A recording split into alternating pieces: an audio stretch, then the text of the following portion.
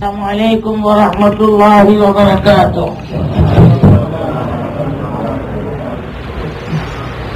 الحمد لله الحمد لله كفى وسلام على عباده الذين اصطفى. أما بعد فإن أصدق الحديث كتاب الله وخير الهدي هدي محمد صلى الله عليه وسلم وشر الأمور محدثاتها وكل محدثة بدعة وكل بدعة ضلالة وفي رواية سبيلها إلى النار. فقد جاء في الخبر عن النبي الصادق الأبر وهو الصادق المصدوق صلى الله عليه وسلم: سيأتي على الناس زمان الصابر على دينه كالقابض على الجمر. وقال عليه الصلاة والسلام: سيوشك على الناس زمان لا يبقى من الإسلام إلا اسمه ولا يبقى من القرآن إلا رسمه ومساجدهم عامرة وهي خراب عن الهدى وعلماؤهم شر من تحت أديم السماء منهم تخرج الفتنة وإليهم تعود أو كما قال عليه الصلاة والسلام.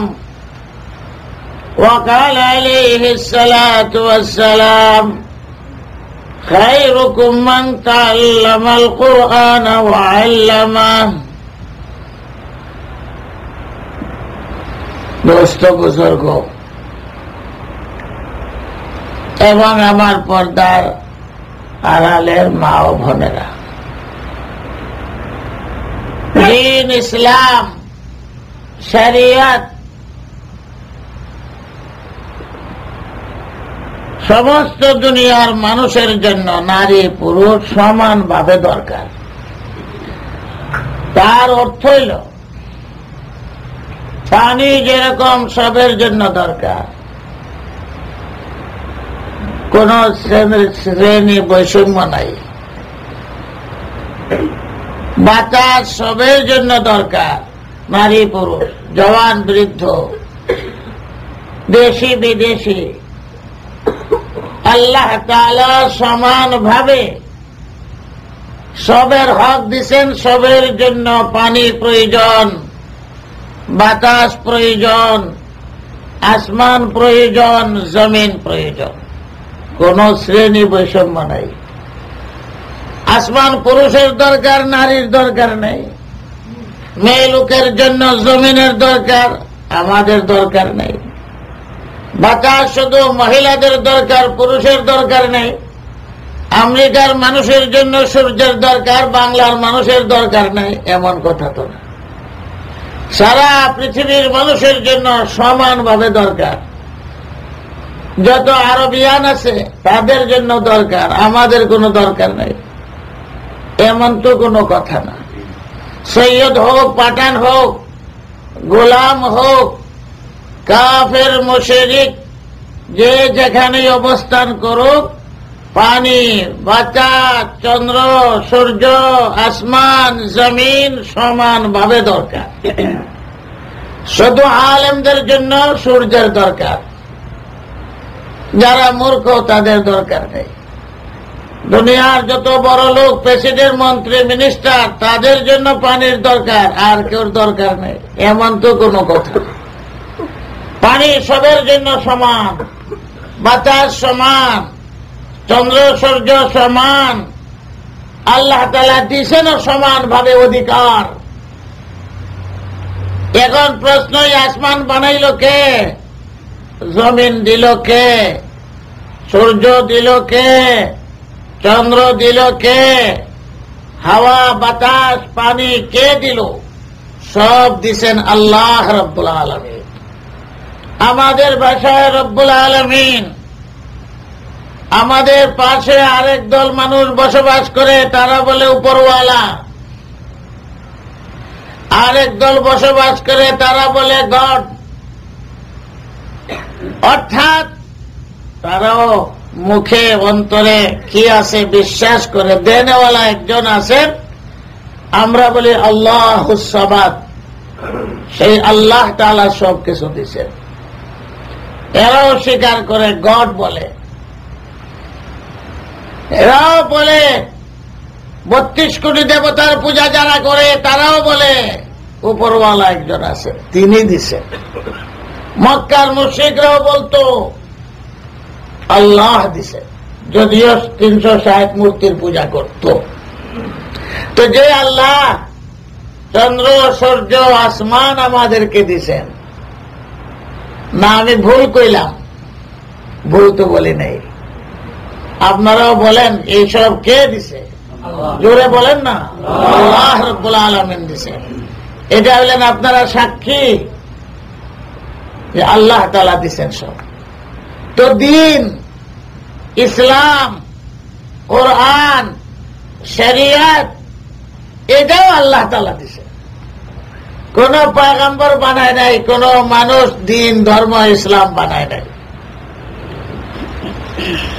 মাশাআল্লাহ, আমাদের মুরব্বী সানি সাহেব মসজিদের ইমাম তসিবাঞ্চদ, আজকে আপনার লাগে সভাপতির কুর্সিটা খালি বলে রয়েছে।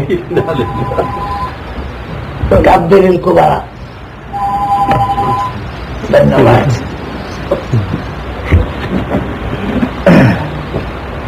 আমার কথা বুঝাইতে পারছে? কোরআন কে দিছেন বলেন, জোরে সোরে বলেন। যে আল্লাহ চন্দ্র সূর্য দিছেন, সেই আল্লাহ কোরআন দিছেন। সেই কোরআন শরীয়তের উৎস, ইসলামের উৎস, দ্বীন ইসলামের উৎস। সেই কোরআনের ব্যাখ্যা হল হাদিসে মুস্তাফা সাল্লাল্লাহু আলাইহি ওয়াসাল্লাম। ব্যাখ্যা, জমিন আসমান চন্দ্র সূর্য যেরকম সবের দরকার আল্লাহ দিছেন, তো কোরআনও আল্লাহ দিছেন, শরীয়ত আল্লাহ দিছেন। নবী শরীয়তের মালিক না। আল্লাহ যা বলে দেন নবী প্রচার করেন। দ্বীন ইসলামের মালিক আল্লাহ রব্বুল আলামিন। পয়গম্বরদেরকে দেওয়া হয়েছে প্রচার করার জন্য, মানুষকে বুঝাইবার জন্য। কোন পয়গম্বর হালাল হারামের মালিক না। একটা জিনিসকে হালাল পয়গম্বর হারাম করে দিবেন, জিনিসটা হারাম পয়গম্বর হালাল করে দিবেন, সেই অধিকার পয়গম্বরের নেই। আল্লাহ চাষ করেন, লিমা তুহাররিমু মা হাল্লাল্লাহু লাক। নবী কসম খেয়েছিলেন মধু খাইবেন না। আল্লাহ চাষ করে, হালাল জিনিস তুমি কেন হারাম করো? লিমা তুহাররিমু। পয়গম্বর নিজেও বলেন আলাইহিস সালাতু ওয়াস সালাম, ইন্নী লাস্তু উহাল্লিলু হারামা ওয়ালা উহাররিমু হারামা ওয়ালা উহাররিমু হালালা ওয়ালাকিন্নী আব্দুল্লাহি ওয়া রাসূলুহু লাস্তু উহাল্লিলু হারামা। হারাম আমি হালাল করার মালিক না। ওয়ালা উহাররিমু হালালা, হালাল কেউ হারাম করার অধিকার আমার নাই। আমি আল্লাহর বান্দা, ওয়ালাকিন্নী আব্দুল্লাহি ওয়া রাসূলুহু। তো দ্বীন শরীয়ত ইসলাম কোরআনের মালিক আল্লাহ রাব্বুল আলামিন। চন্দ্র সূর্য যেমন সবের দরকার আল্লাহ দিছেন, দ্বীন ইসলাম শরীয়ত সবের দরকার আল্লাহ তাআলা দিছেন। চন্দ্র সূর্য সমানভাবে দরকার। সৈয়দ, পাঠান, গরিব, দুঃখী, মিনিস্টার, বাঙালি ও বাঙালি সবের জন্য, নারী পুরুষ, ঠিক ইসলাম শরীয়ত দিন সমানভাবে সবের জন্য দরকার। আমরা মনে করি কিছু মোল্লা মৌলবীর খালি দরকার। তো যারা এরকম ভাব পোষণ করে যে দিন ইসলাম কোরআন শরীয়ত কিছু মোল্লা মৌলবীদের কাজ, তো আল্লাহ তাআলাও বলেন আমার সূর্য, আমার চন্দ্র, আমার জমিন, আমার আসমান ব্যবহার করো, আর আমার দেওয়া শরীয়ত যদি তোমাদের ভালো লাগে না তো আমার জমিন ছেড়ে দাও, আমার আসমান ছেড়ে যেখানে পারে যাও। ইয়া মাশারাল জিন্নি ওয়াল ইনস ইন ইসতাতা'তুম আন তানফুযু মিন আকতারিস সামাওয়াতি ওয়াল আরদ ফানফুযু, ভাগো, আমার জমিন ছেড়ে দাও, আমার আসমান ছেড়ে দাও। তোমরা স্বীকার করো কেউ দিছে না তোমাদেরকে চন্দ্র সূর্য, আমি দিছি তোমাদের জন্য, সমানভাবে সবের জন্য দিছি, গরিব, দুঃখী, কাঙ্গাল, মনিস্টার, দেশে। তো কোরআন তো আমি দিছি, কোরআন আমার কালাম, শরীয়ত আমি দিছি। পয়গম্বররা শুধুমাত্র প্রচার করেন, মানুষকে বুঝিয়ে দেন, পৌঁছে দেন। বাল্লিগ মা উনজিলা ইলাইক, আল্লাহ পয়গম্বরকে হুকুম দিয়েছেন আমি যা দিছি তা মানুষকে পৌঁছে দাও, তোমার পৌঁছানোর দায়িত্ব। ওয়াত্তাবি মা ইউহা ইলাইক, আমি যা তোমার কাছে পাঠাইছি তুমি শুধু অনুসরণ করে চলবা, হালাল হারামের মালিক তুমি নয়। তো আল্লাহ চ্যালেঞ্জ করছেন, আমার কোরআন ভালো লাগে না, আমার শরীয়ত ভালো লাগে না, তো আমার জমিনও কেন থাকো, আমার সূর্য ছেড়ে দাও, আমার জমিন ছেড়ে দাও। ফানফুযু, ভালো, লা তানফুযুনা ইল্লা বিসুলতান, কিন্তু পারবো না। এই জমিন ছেড়ে যাক, ভাগবার জায়গা নাই। এই সূর্য ছাড়া তোমাদের চলবে না, একটাই সূর্য। এই চন্দ্র ছাড়া চলবে না, এই পানি কেউ বানাইতে পারবে না, এই হাওয়া কেউ দিতে পারবে না। তাহলে কেন আমার কোরআন ছেড়ে দাও, কেন আমার শরীয়ত ছেড়ে দাও? এটা হলো আল্লাহর পক্ষ থেকে প্রশ্ন। কাইফা তাকফুরুন, আল্লাহ তাআলা বলেন আমার নাফরমানি করো, আইন মানো না, তোমারে বানাইছে কে? এইবার চিন্তা করেন, আপনার চোখ দিছে কে? ডাক্তার। আপনার হাত দিছে কে? আপনার পাও দিছে কে? আপনার বুদ্ধিটা দিছে কে? ব্রেন। সব দিলাম আমি। আল্লাহ তাআলা বলেন কাইফা তাকফুরুনা বিল্লাহ, কি কইয়া তোমরা আমার নাফরমানি করো? যারা খালেক মালিক বিশ্বাস করে না এরা কয় নাস্তিক। নাস্তিকের সংখ্যা আগেও কম, এখনো কম, দুনিয়াতে কম। যে কোনো ধর্মই পালন করুক, সত্য মিথ্যা পড়ে, কিন্তু আস্তিক একজন বিশ্বাস করে আল্লাহ তাআলা। নাস্তিকের সংখ্যা আগেও কম, এখনো কম। যে আল্লাহ বিশ্বাস করে না, বানানেওয়ালা বিশ্বাস করে, সংখ্যা কম। তো যখন আল্লাহকে বিশ্বাস করো তখনই আল্লাহ প্রশ্ন করে সব আমার, তো তোমরা কেন মানো না? আল্লাহ তাআলা ঘোড়ার কসম খেয়ে বলেন ওয়াল আদিয়াতি যাবহা ফালমুরিয়াতি কাদহা ফালমুগীরাতি সুবহা ফাযরনা বিহি নাকান ফাওয়াসাতনা বিহি জামআ ইন্নাল ইনসানা লিরাব্বিহি লাকানুদ। একটা ঘোড়া মালিকে তো বানাইছে না, মালিকে লালন পালন করে। তো সৈনিকদের ঘোড়া আছে, ব্যবহার করে। এমনি যারা শখ করে ঘোড়া পালে, এটা দৌড়াইবার জন্য পালে। আগের জমানায় ঘোড়াই আসছিল সবারই, এখন মোটর সাইকেল, কার, বাস, কত কিছু হয়েছে। এক জায়গা থেকে আরেক জায়গায় মানুষ উটকে সওয়ারি হিসেবে ব্যবহার করত, ঘোড়াকে ব্যবহার করত। ঘোড়া মালিকে বানাইছে না, ঘোড়া কিনে আনে, লালন পালন করে, খেদমত করে, ঘোড়া উপযুক্ত হয়। আল্লাহ ঘোড়ার কসম খাইয়ে বলেন ঘোড়া যখন দৌড়তে থাকে, বিশ্বাস করেন আপনি, এই দেশে ঘোড়ার রেস আপনারা দেখেন, ঘোড়ার ঘরে যায় জুয়া খেলে। আমাদের দেশে ঘোড়ার দৌড় হয়, মানুষ তামসা দেখে। এমনিও ঘোড়া দৌড়ে। তো ঘোড়া আপনাকে কতক্ষণ দৌড়াইয়া দেখি কিরকম মজা লাগে। 2 মাইল দৌড়েন, 1 মাইল দৌড়েন, এরপরে দেখেন কিরকম আসলে।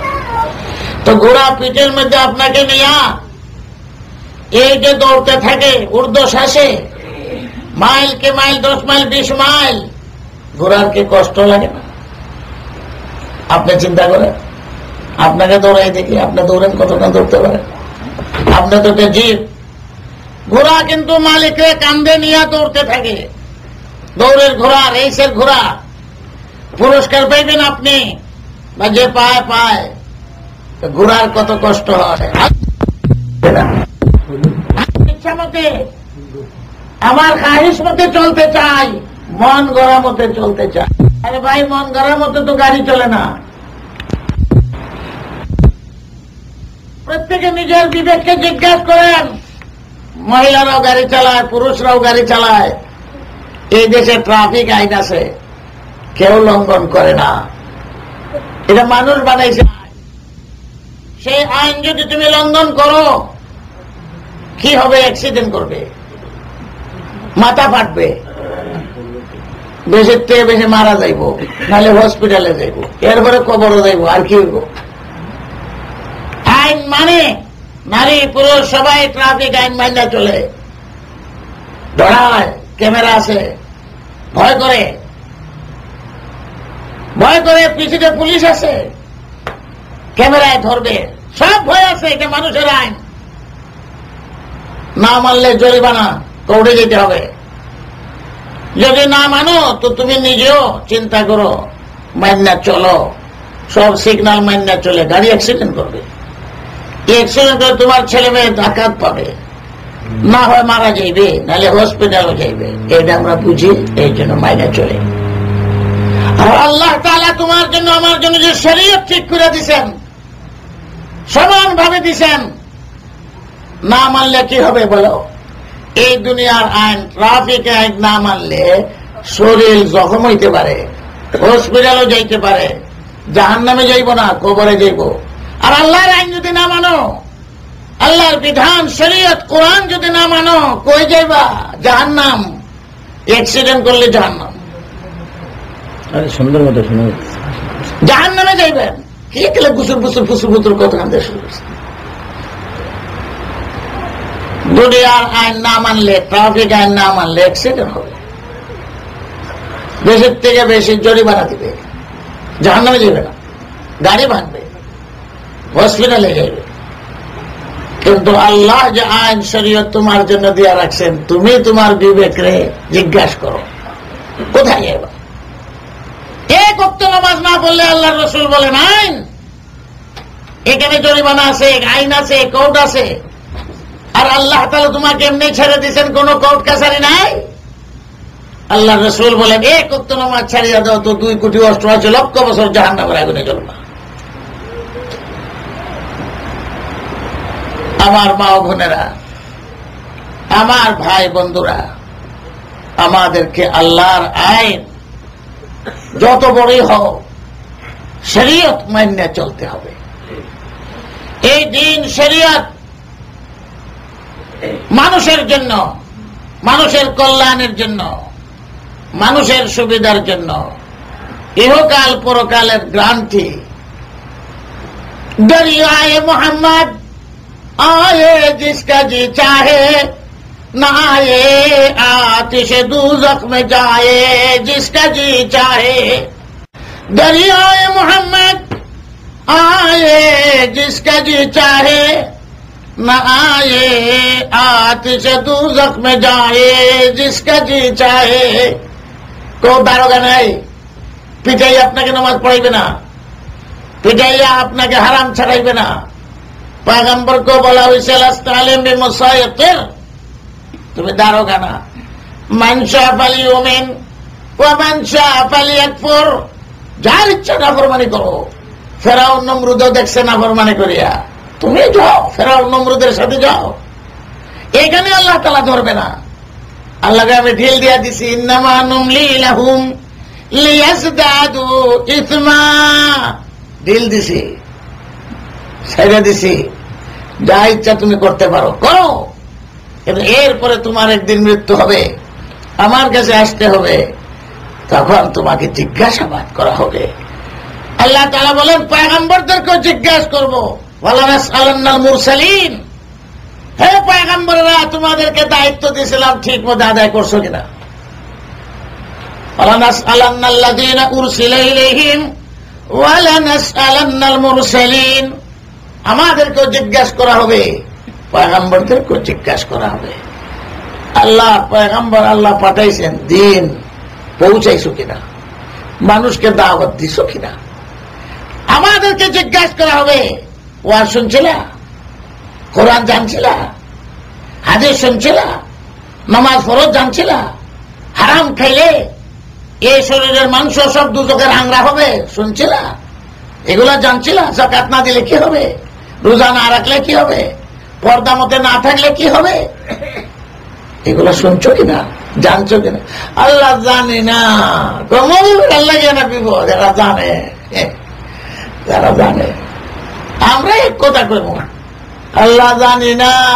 আর আমেরিকার পরিবেশ খারাপ, আল্লাহ এই পরিবেশে কেমনে ইসলাম রক্ষা করতাম, একই জবাবে ভার, পরিবেশ খারাপ। আরেক জবাব কি, মোল্লা মৌলবীরা জানে হেরার বিপদ, এটা ঠিক, মোল্লা মৌলবীরা জানে তাদের জন্য বড় বিপদ। আর আপনি ভেবেন জানি না, ট্রাফিকে যখন ধরে আপনাকে জিজ্ঞাসা করি আপনি যতই কোন আমি তো জানি না, ছাড়বো নি, দুনিয়ার আইনেই তোমাকে ছাড়ে না, খুন করলে কি শাস্তি জানি না, এই কথা কইলে খুনের শাস্তি মাফ হয়ে যাবে, চুরির কি শাস্তি জানি না, এই কথা বলে দুনিয়ার আইনে ছাড়ে না, তোমার বিবেক নাই, আফালা তাকিলুন, আল্লাহর আইনে তোমাকে ছেড়ে দেবে আমি জানি না কইলে।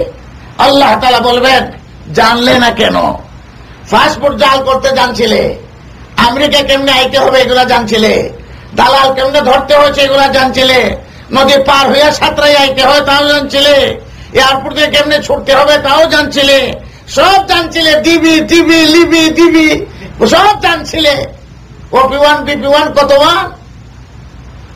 আর আলেমরা দিবারাত্র কোরআন হাদিস এগুলা তুই জানলে না, এই কথা বললে যে আপনাকে শয়তানে ধোঁকা দেয়, জানে আমরা কোনো জানি না, আপনি বিশ্বাস করেন এই কথা বললে ছুটতে পারবে না আইন থেকে, জানি না, দুনিয়ার আইনে ছুটতে পারো না, আল্লাহ থেকে ছুটবে। আল্লাহ তাআলা বলবেন কেন জানলে না, তুমি বড় ইঞ্জিনিয়ার সেটা পাস করছো, বড় ডাক্তার সব পাস করছো, সব জানছো, এটা জানলে না কেন, হালাল হারাম শরীয়ত জানলে না কেন, এই উত্তর দিতে পারবেন। এই জন্য আল্লাহ রাসূল সাল্লাল্লাহু আলাইহি ওয়াসাল্লাম বলেছেন দিন শিক্ষা করা নারী পুরুষ জওয়ান বৃদ্ধ মিনিস্টার ছোট বড় সবার জন্য ফরজ। এটা হলে আমরা শিক্ষা করলাম তো আমরা নাম মৌলবী হইল, আমরা লাগে ফরজ আর আপনারা লাগে ফরজ। দিন শিক্ষা করা আল্লাহ রাসূল বলে নারী পুরুষ জওয়ান ঘোড়া সবার উপরে ফরজ। এই জন্য সলমানে ফার্সি মুসলমানে হয়েছেন বয়স মাত্র 250, যখন মুসলমান হন, এরপরে কোরআনে হাফেজ হয়েছে, এরপরে শরীয়ত শিখছেন, ওনার থেকে হাদিস পাওয়া যায়, নবীর খেদমত করছেন, খন্দকের যুদ্ধ করছেন, দিন শিখছেন। সাহাবায়ে কেরাম যারা মুসলমান হয়েছিলেন এরা কি শিশু বাচ্চা ছিলেন? তারা মনে করছেন দিন শিখতে হবে, কালিমা পড়লেই হবে না, তো দিন শিক্ষা লাভ করেছেন।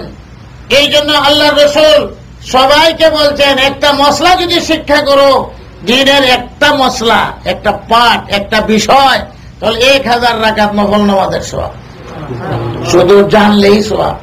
এক হাদিস আছে আমিলা বি আওলাম ইয়ামাল, আমল করুক আর না, এগুলো জানলো তো আজকে না হয় কালকে আমল করতে পারবে, তো জানা এইরকম সবের জন্য ফরজ। হাসরের ময়দান নারী পুরুষ সবাই একত্রিত হবে। আল্লাহ রাসূল সাল্লাল্লাহু আলাইহি ওয়াসাল্লাম বলেন কালা কালা রাসূলুল্লাহ সাল্লাল্লাহু আলাইহি ওয়াসাল্লাম লা ইয়াজালা কাদমা আবদিন হাত্তা ইউসাল আন খামসিন।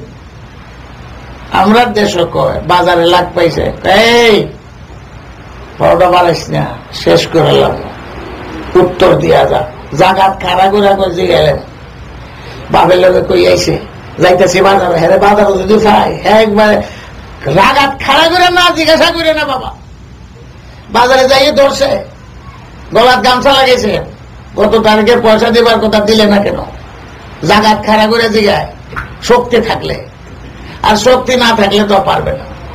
আল্লাহ রাসূল সাল্লাল্লাহু আলাইহি ওয়াসাল্লাম বলেন, হাসরের ময়দানে নারী পুরুষ সবই ধসবে, একটা কদম জায়গার থেকে লাড়তে দিবে না, সরতে দিবে না। 5টা প্রশ্নের উত্তর দিয়া লাগে, এর বলে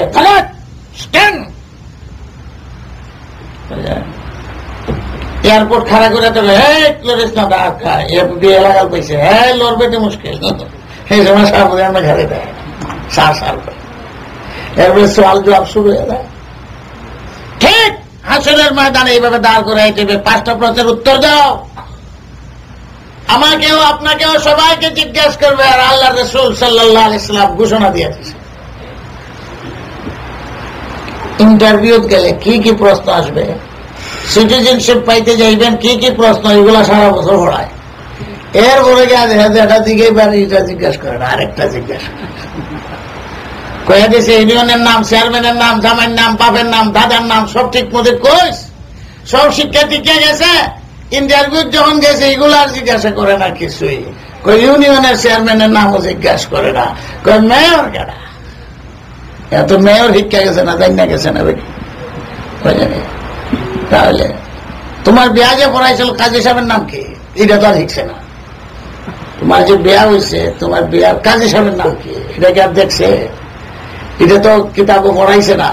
যারা ইন্টারভিউ জন্য তৈরি করে নিয়েছে এখন ফেল। কিন্তু হুজুর সাল্লাল্লাহু আলাইহি ওয়াসাল্লাম যা বলে গেছেন ব্যতিক্রম হবে না, এইগুলোই প্রশ্ন হবে। মেট্রিকে এই প্রশ্ন হবে, মাস্টার বলে দিতে পারে, কিন্তু এইগুলো প্রশ্নে আসবে না, অন্যগুলো আসবে, ফেল করে। হুজুর সাল্লাল্লাহু আলাইহি ওয়াসাল্লাম আমাদেরকে জানাই দিয়েছেন, সারি পুরুষ উম্মতকে হাসরের ময়দানে 5টা প্রশ্ন হইব, এই 5টা প্রশ্নের উত্তরের জন্য রেডি হয়ে যাও। তোমার মাস্টারে যে প্রশ্ন কইয়া দিল, এই প্রশ্নই যদি আসে আর তুমি ফেল করো, তিনটা দায়ী কেনা বলে মাস্টার এটাই তো কইয়া দিছিলাম, আর এগুলোই তো প্রশ্নের মধ্যে আইলো, তুই ফেল করলে কেন? বাবুকে আমার ছেলে ফেল করলো কেন? তোমার ছেলে রেজি যাও, আমি যা বইলা দিছিলাম তাই তো ফেল করলো কেন? আল্লাহ রাসূল শুনলো না গ্রান্তি, এইসব প্রশ্ন যে হবে কোনো ভুল নাই। এরপরে যে প্রশ্নের জবাব না দিতে পারেন, মাস্টারের দোষ নাই। হুজুর সাল্লাল্লাহু আলাইহি ওয়াসাল্লাম সারা উম্মতের জন্য মুআল্লিম মাস্টার, বহিষ্ঠ মুআল্লিমা শিক্ষা দিয়ে গেছেন আমাদের সারা উম্মতকে 5টা প্রশ্নের জন্য রেডি হও। ব্যতিক্রম হইত না, প্রশ্নের উত্তর দেওয়া লাগবে। হাত্তা ইউসাল আন 50, 1 নম্বর আন হায়াতি, 60 বছর 70 বছর হিসাব মিলাই দাও। কত বছর দুনিয়াতে রয়েছ? 50 বছর, হিসাব মিলাই দাও কি করছো। নামাজে কত সময় কাটাইছো, পার্কে কত সময় কাটাইছো, আল্লাহর জিকিরে কত সময় কাটাইছো, যেমনি আরো হিসাবটা মিলাই দিয়ে গেল 50 বছরে। প্রশ্ন হবে, মিলাই দাও। আমিও আল্লাহ রসুলের পক্ষ থেকে জানাই দিলাম হাদিস। এখন আপনি বলতে পারবেন না যে হাদিস তো জানি না। আলেম উলামারা বলিয়া থাকেন হাদিসের মধ্যে আছে, প্রশ্নই হবে 60 বছরের হিসাব মিলাই দাও, 80 বছরের হিসাব মিলাই দাও। যদি না মিলাইতে পারেন আর মাস্টারের দুঃসা লাভ হবে না। মিলাই দাও হিসাব, কি করছো। 15 বছর সময় সাবালক হয়েছি, ঠিক আছে। 17 বছর সময় আমি বালিগ হয়েছি, ঠিক আছে। 17 বছর আগেরটার হিসাব নেই, সাবালিক না হওয়া পর্যন্ত হিসাব নাই। তো 15 বছর বাদ গেল, সবাইকে একসাথে সাবালক হয়?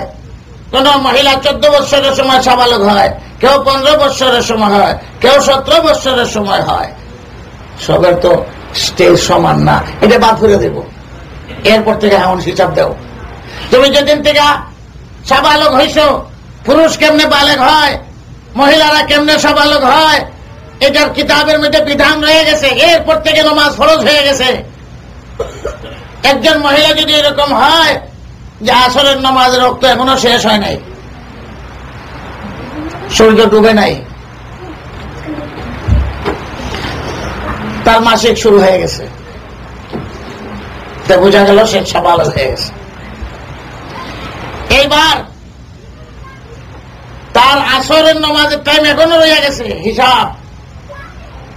এখন হয়তো শরীয়ত মতে যে কয়দিন মাসিক থাকবে এটা মাপ যাইব, 60 দিন থাকুক, 5 দিন থাকুক, 9 দিন থাকুক, এরপরে যে টাইমে মাসিক বন্ধ হবে সাথে সাথে গোসল করিয়া নামাজ পড়তে হবে, ফরজ হয়ে গেছে। 14 বছরের মেয়ে হোক আর 15 বছরের মেয়ে হোক। কোথাও দেখছে 13 বছরের মেয়ে সন্তানের মালিক হয়ে গেছে, সাবালিক না হলে কি আর সন্তানের মালিক হয়? সব তো একসাথে হয়। ছেলেরাও সাবালক হয়, এটারও আলামত আছে, বয়স দিয়ে না। এখন যদি আলামত পাওয়া যায় 15 বছর বয়সে স্বপ্নদোষ হয়ে গেছে, তো সাবালক হয়ে গেল, এখন তার নামাজ ফরজ হয়ে গেল, এত মহিলা না, এর জন্য তো মাসিক আসে না, সাথে সাথে নামাজ ফরজ হয়ে গেল, আগের তাই হিসাব নাই। যতদিন পর্যন্ত বালিগ হবে না, যতই অন্যায় করুক, যত কিছুই করুক, এটা আল্লাহ তাআলা মাফ করে দিছে। বলে সুবহানাল্লাহ।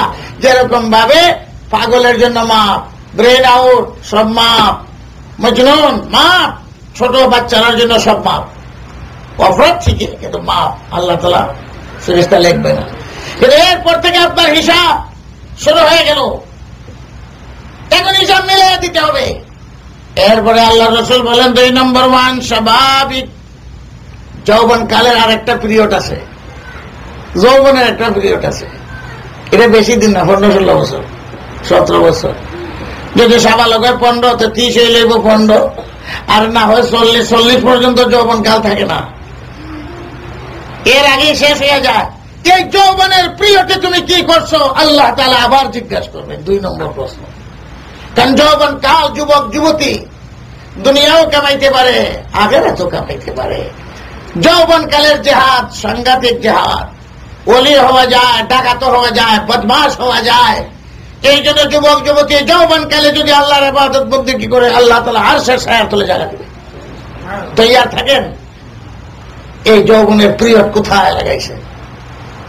যুবকরা, যুবতীরা যৌবন কালটা যদি কাজে লাগায়, আল্লাহ ডাকিয়া, যেদিন কোন ছায়া থাকবে না হাসরের ময়দানে, আল্লাহ তাআলা আরশের নিচে জায়গা দিবেন পুরস্কার স্বরূপ। যে যৌবন কালে জিহাদ করছে, শয়তান নফসের তাড়নায় বিভ্রান্ত হয় নাই। 3 নম্বর প্রশ্ন হবে হাসরের মাঠে, কদম লাগতে দিবে না। ওয়ান ইলমিকা ফীমা আমিলতা, যা জানছো তুমি আমল করছো কিনা, নামাজ ফরজ জানো কিনা, রোজা ফরজ জানো কিনা, স্বামীর খেদমত ফরজ জানো কিনা, মা বাবার খেদমত করা জানো কিনা, সুদ খাওয়া হারাম জানো কিনা, ঘুষ খাওয়া হারাম জানো কিনা, মিথ্যা কথা হারাম জানো কিনা, যা জানো আমল করছো কিনা। সব সমান।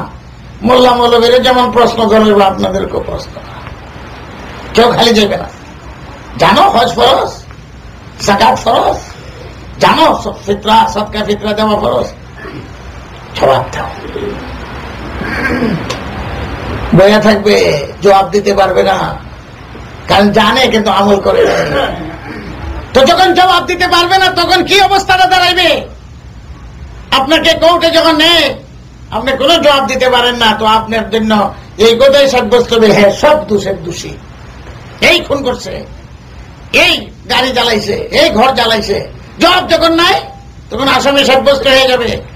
কোরআনে আছে, যখন আসামি সাব্যস্ত হবে, আল্লাহ তাআলা বলবেন খুযুহু ফাগুল্লুহু সুম্মাল জাহিমা সাল্লুহু সুম্মা ফি সিলসিলাতিন যারউহা 70 যিরান ফাসলুকু।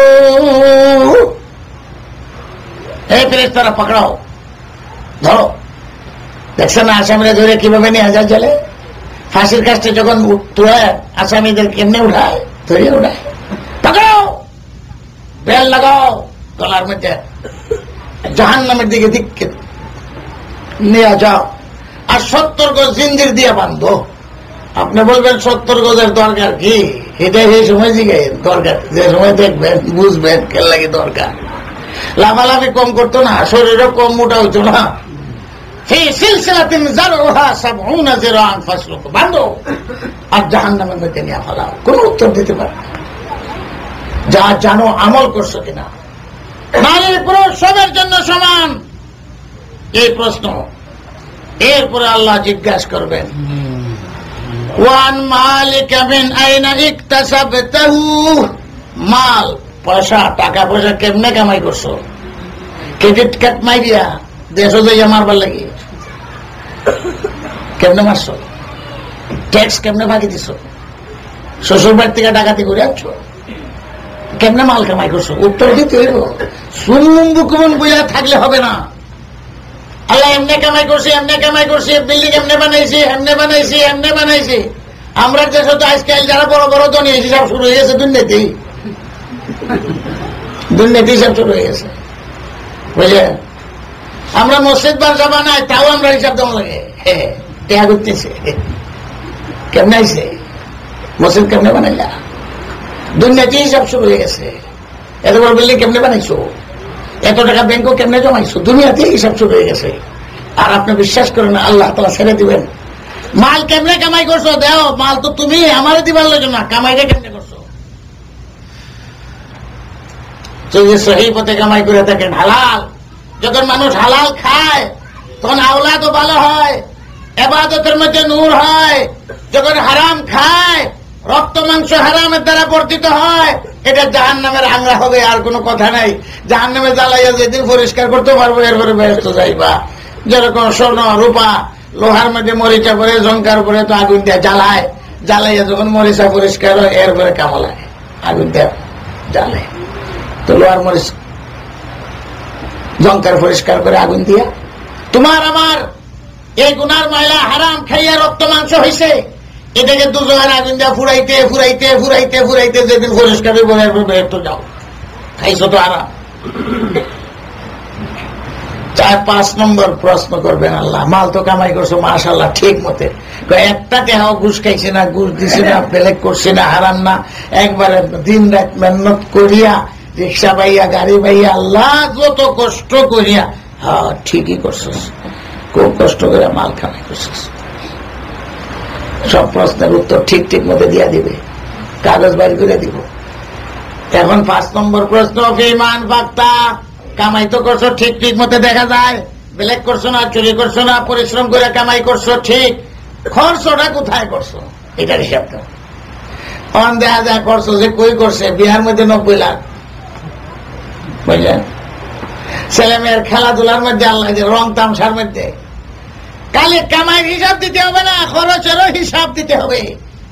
5টা প্রশ্নের জবাব না দিতে পারলে আল্লাহ রাসূল সাল্লাল্লাহু আলাইহি ওয়াসাল্লাম বলে ওইখানে তোমার আটকাইবো, জিনজিল দিয়ে 5 বার জাহান্নামের দিকে শেষ রেলওয়ে আরম্ভ করবে, হইলে আটকে দেবে।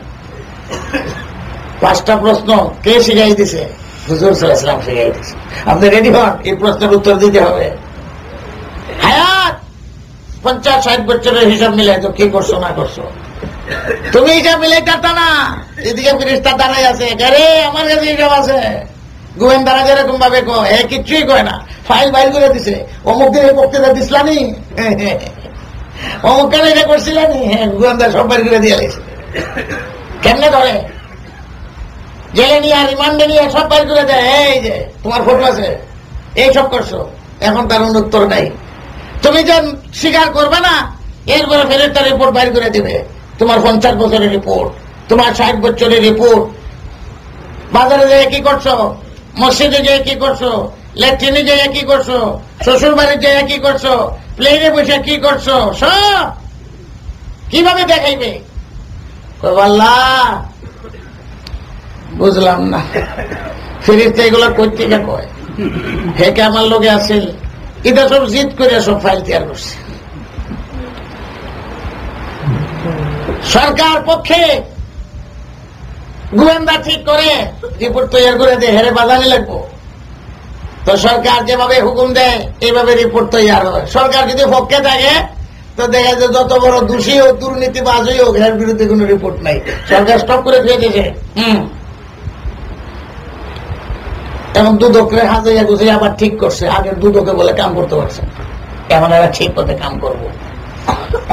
তো আল্লাহ রাব্বুল আলামিন যারা রিপোর্ট তৈরি করছে, বিবাদী বলবে এই কথা, এইগুলো তুমি কোন জাদু যে করছো আল্লাহ করতে পারে, নাহলে এইগুলা করতে রাস্তা দিয়ে গাড়ি দৌড়াইলাম, কত নাচানাচি করলাম, কিছু টের পাইলাম না, এখন দেখা যায় এগুলা রিপোর্ট মানবে না, আসামি মানতে চায় না। আল্লাহ রাব্বুল আলামিন রেকর্ড, এই যে রেকর্ড, মসজিদ জমিনকে রেকর্ডার বানায় রাখছেন। আমরা যা কিছু বলি, যা কিছু করি, সব জমিনে রেকর্ড হচ্ছে। একদিকে ফেরেশতার ফাইল, একদিকে ক্যামেরা, আর একদিকে হলো রেকর্ড। ইযা যুলজিলাতিল আরযু জিলজালাহা ওয়া আখরাজাতিল আরযু আসকালাহা ওয়া ক্বালাল ইনসানু মা লাহা ইয়াওমাইযিন তুহাদ্দিসু আখবারাহা। তাই জমিন রেকর্ড করে রাখছে, সব খবর ফলাও করতে থাকে। আল্লাহ কেবেন এখন মানুষ নিয়ে দেখ, আমি বক্তৃতা করছি কি এখন রেকর্ডে করবো, হাফেজ সাহেব যে ভুল করছে রেকর্ডে করবো, অস্বীকার করলে কামাইতো না। অনেকে হাফেজেরা খতমে তারাবি ঘরে রেকর্ড করে, কালকে যে ভুল করছে যে তারা রেকর্ড করেছে, তুমি তো পুরো বাদ দিলে সত্যা, তখন তো হাফেজ সব লজ্জিত হইব। কিছুতে অনেক আছে এরকম রেকর্ড করে, হাফেজের ধরবার লাগে রেকর্ড করে। আমি লোক না দিছে না, এই যে সুরা তুই তো লোক না দিস না, এই যে দেখ রেকর্ড হইতেছে সব।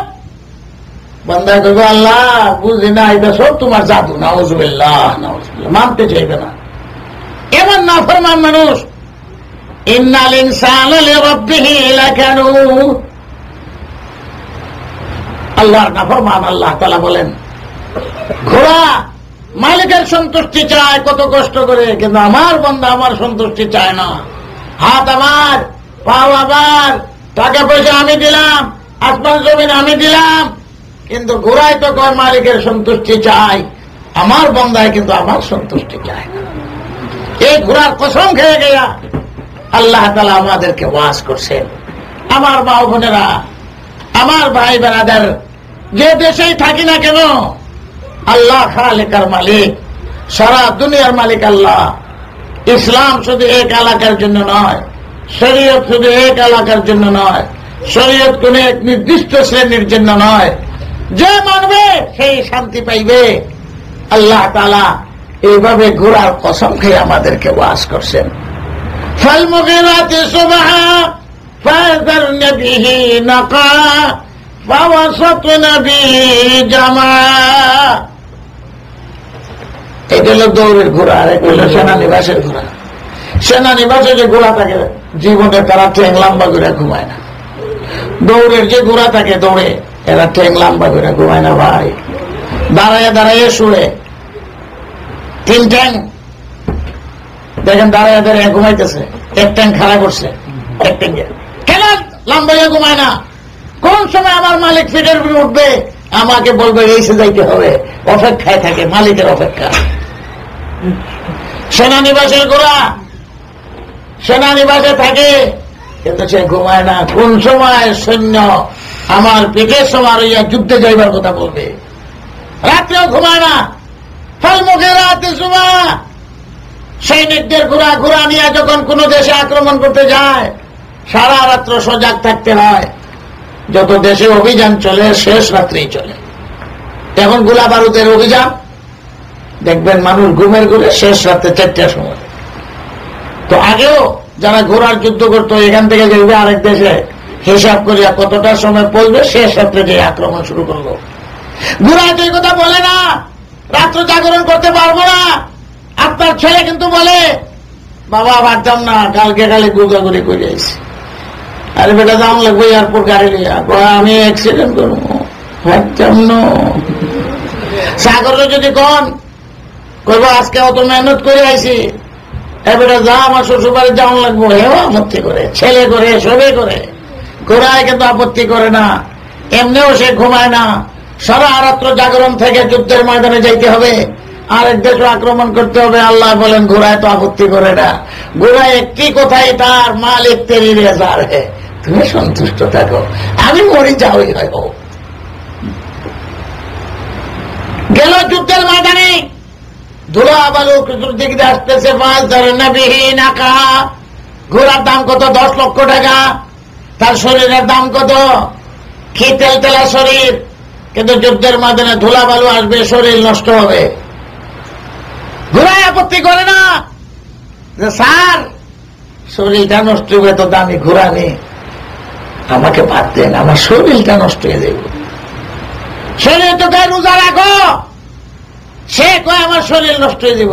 রোজা তো গরিব তারা ভাত পায় না, আমার তো ভাত আছে। মেয়ে চায় রোজা রাখতে, আমার এখনো এই ঘটনাটা ভুল পড়ে না। বাপে কয় রোজা রাখিস না, শরীর নষ্ট হইব। মেয়ে চায় রোজা রাখতে, বাপে নিষেধ করে। কেমন হারামি! আবার লম্বা লম্বা তসবি দিবে, কয় না রাখিস না। খবর দিছে ছেলে লন্ডন থেকে আইতেছে, নয়া বিয়া করছে, হে আসতেছে, শরীর নষ্ট হয়ে যাবে। রোজা রাখছে, শরীর নষ্ট হয় না ভালো? কি বলে? তো শরীর নষ্ট হয়ে যাইব, এই জন্য রোজা রাখবে না? ঘোড়া তো এই কথা বলে না যে আমার শরীর নষ্ট হয়ে যাব। এই যুদ্ধের ময়দানে যাইতে প্রস্তুত। নামাজে যখন যায়, কি যদি কাপড় নষ্ট হয়ে যায়। আর সাহাবায়ে কেরাম সজিদা করতেন, কপালে মাটি লেগে থাকতো। হুজুর সজিদা করছেন, পেট কাদা কপালের মধ্যে লেগে রয়েছে। হে নামাজ পড়ে ঠিক, তাহলে কাপড় সাফ করে, কপাল সাফ করে, চুল সাফ করে। কেন নামাজ? ঘোড়া তো তার মালিকের সন্তুষ্টি চায়। তুমি যে নামাজ পড়ো, কার সন্তুষ্টি চাও? তাহলে এরকম করো কেন?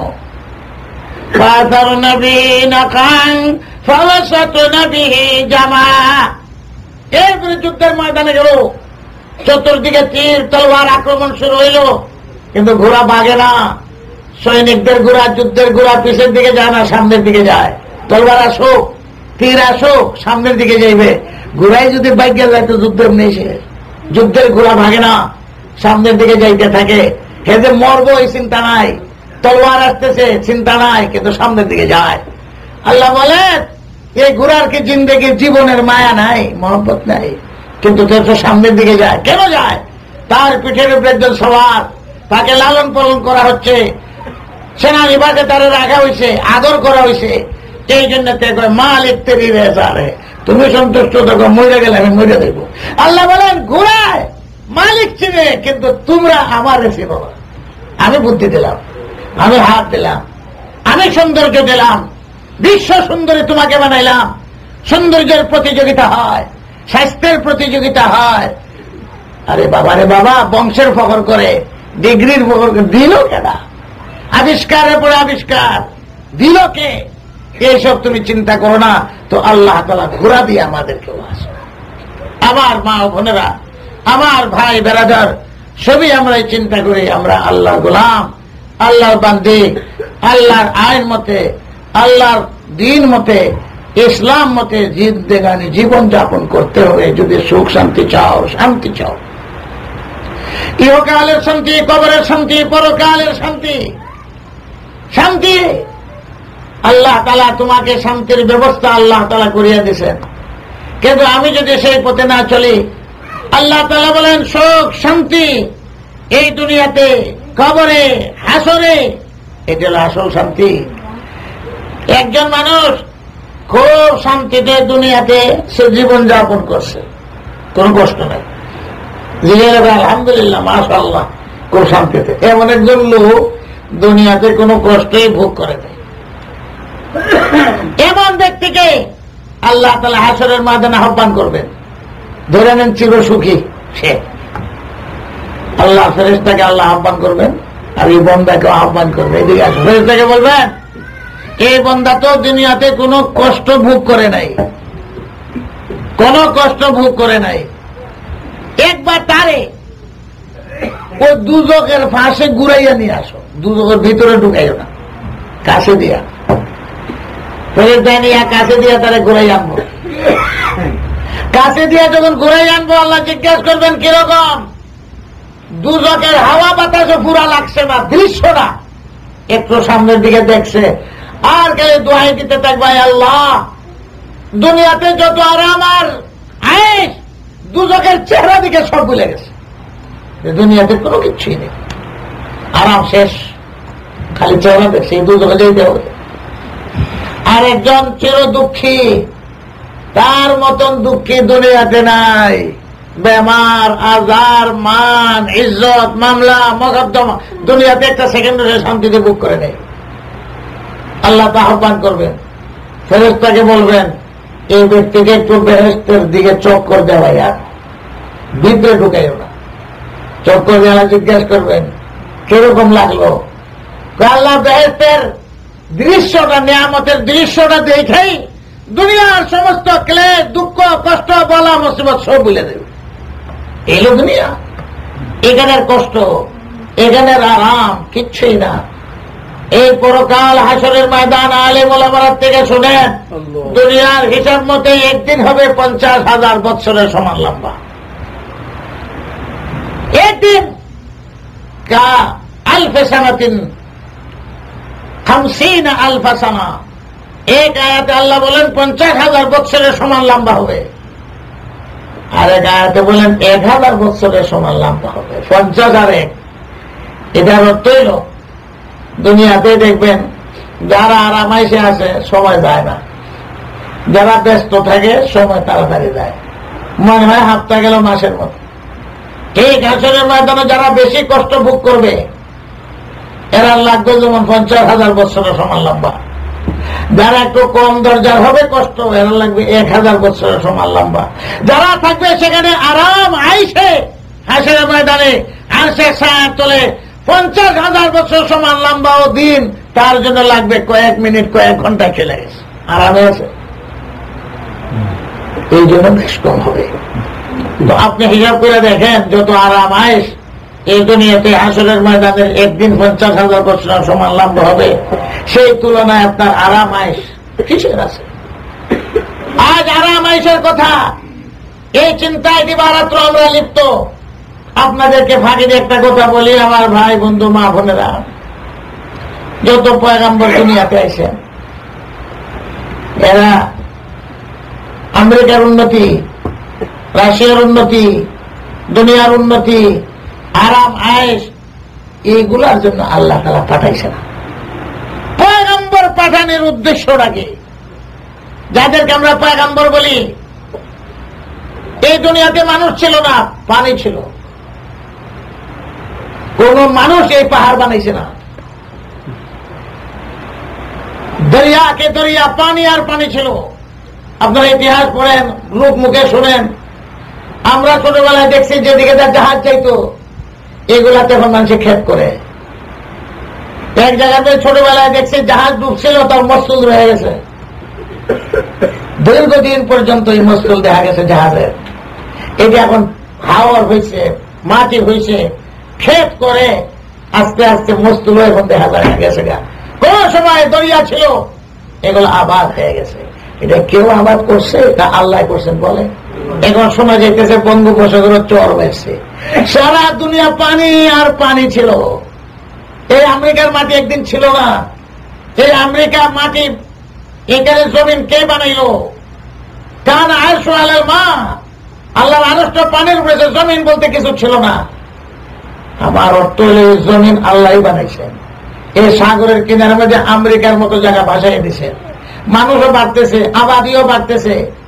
বুড়ারা জিজ্ঞাসা করেন 100 বছরের বয়সে থাকলে বাংলাদেশে যাই আপনি চিন্তা করে দেখেন কত জায়গার মধ্যে যখন আবাদি হয়েছে, এগুলো নদীয়া ছিল, হাওর ছিল, এগুলোর মধ্যে জাহাজ চলতো। আল্লাহ তাআলা আস্তে আস্তে এইভাবে প্রথম মক্কা শরীফ জবলে আবু কুবাইস ফেরার সাগার মতো এখান থেকে ভূমি আরম্ভ হয়েছে। এটার অর্থ হল যে জমিন আবাদ করা আল্লাহ তাআলার কুদরতি ভাবে আল্লাহ তাআলা জমিন বানাইয়া দিচ্ছেন, পাহাড় বানাইয়া দিচ্ছেন। মানুষ এগুলো আবাদ করে, চিকিৎসা, খাওয়া দাওয়ার ব্যবস্থা।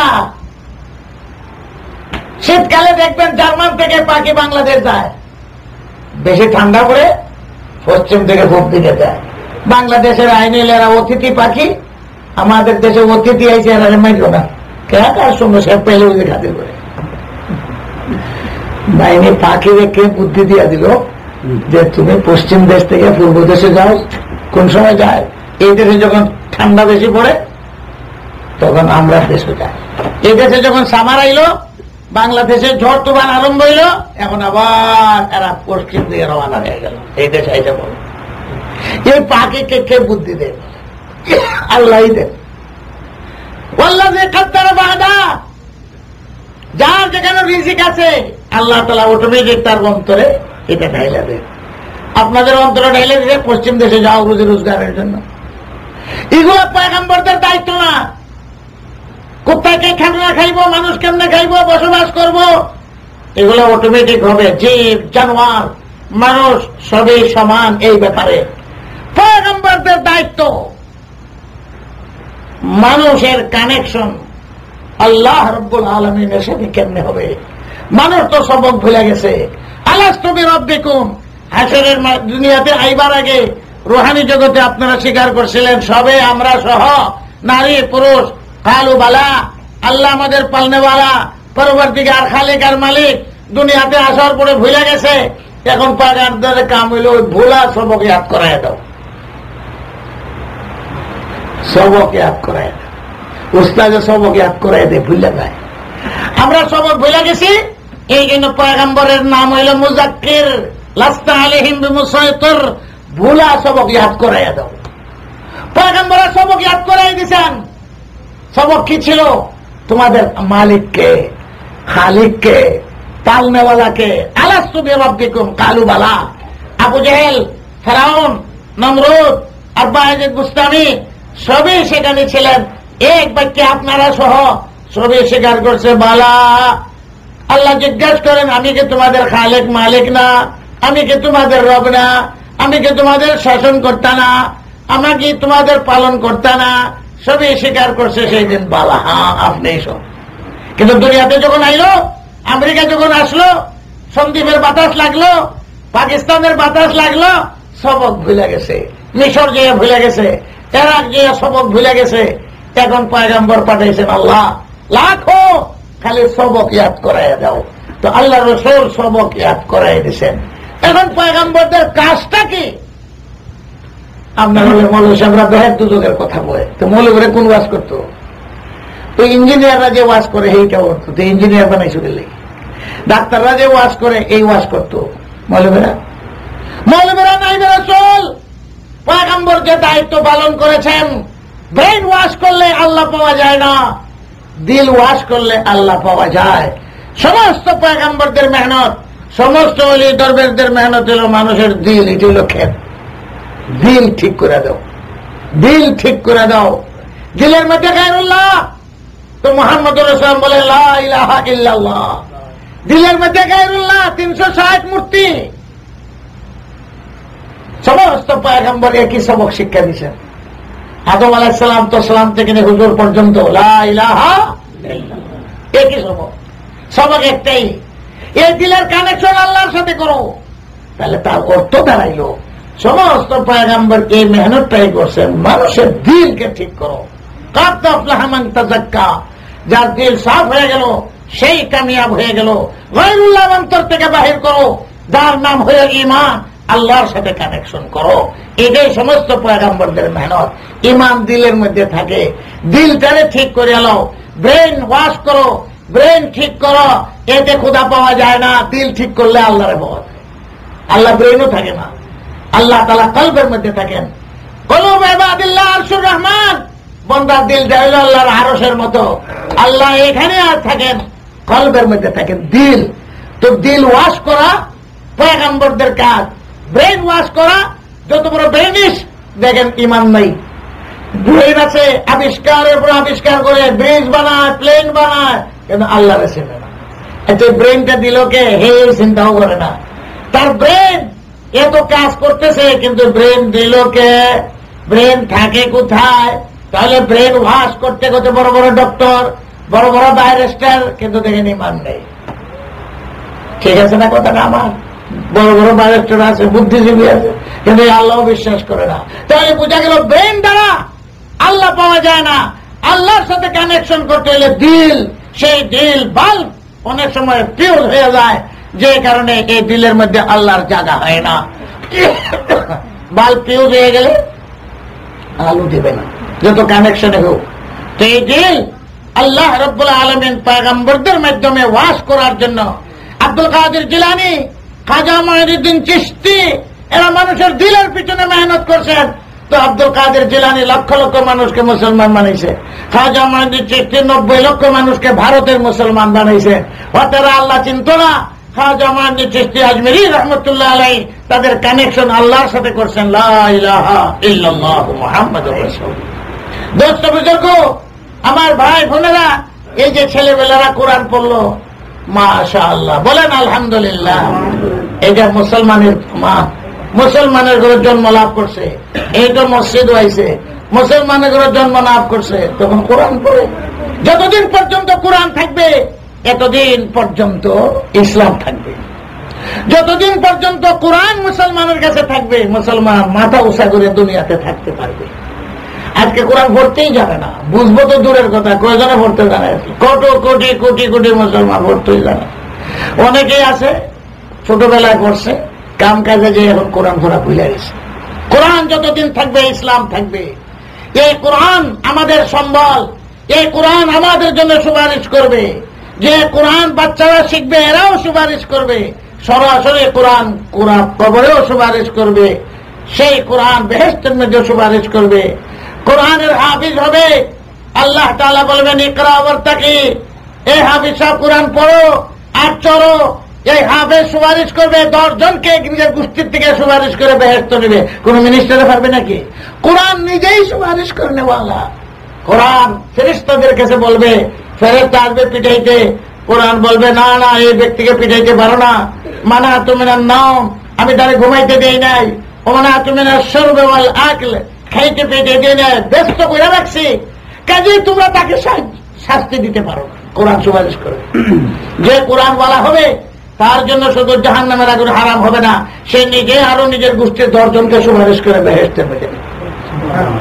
হাফিজে কোরআনকে আল্লাহ আহ্বান করবেন, আও তুমি আমার কোরআনের হাফিজ, কোরআন পড়ো আর চলো। ওয়াকরা ওয়ারতাকি ওয়ারাতিল কামা তুরাতিল ফিদ দুনিয়া, আস্তে আস্তে কোরআন পড়তে থাকো আর চড়তে থাকো, পড়ে যাও, যেখানে পড়া শেষ হইব এখানে তোমার স্থান হবে।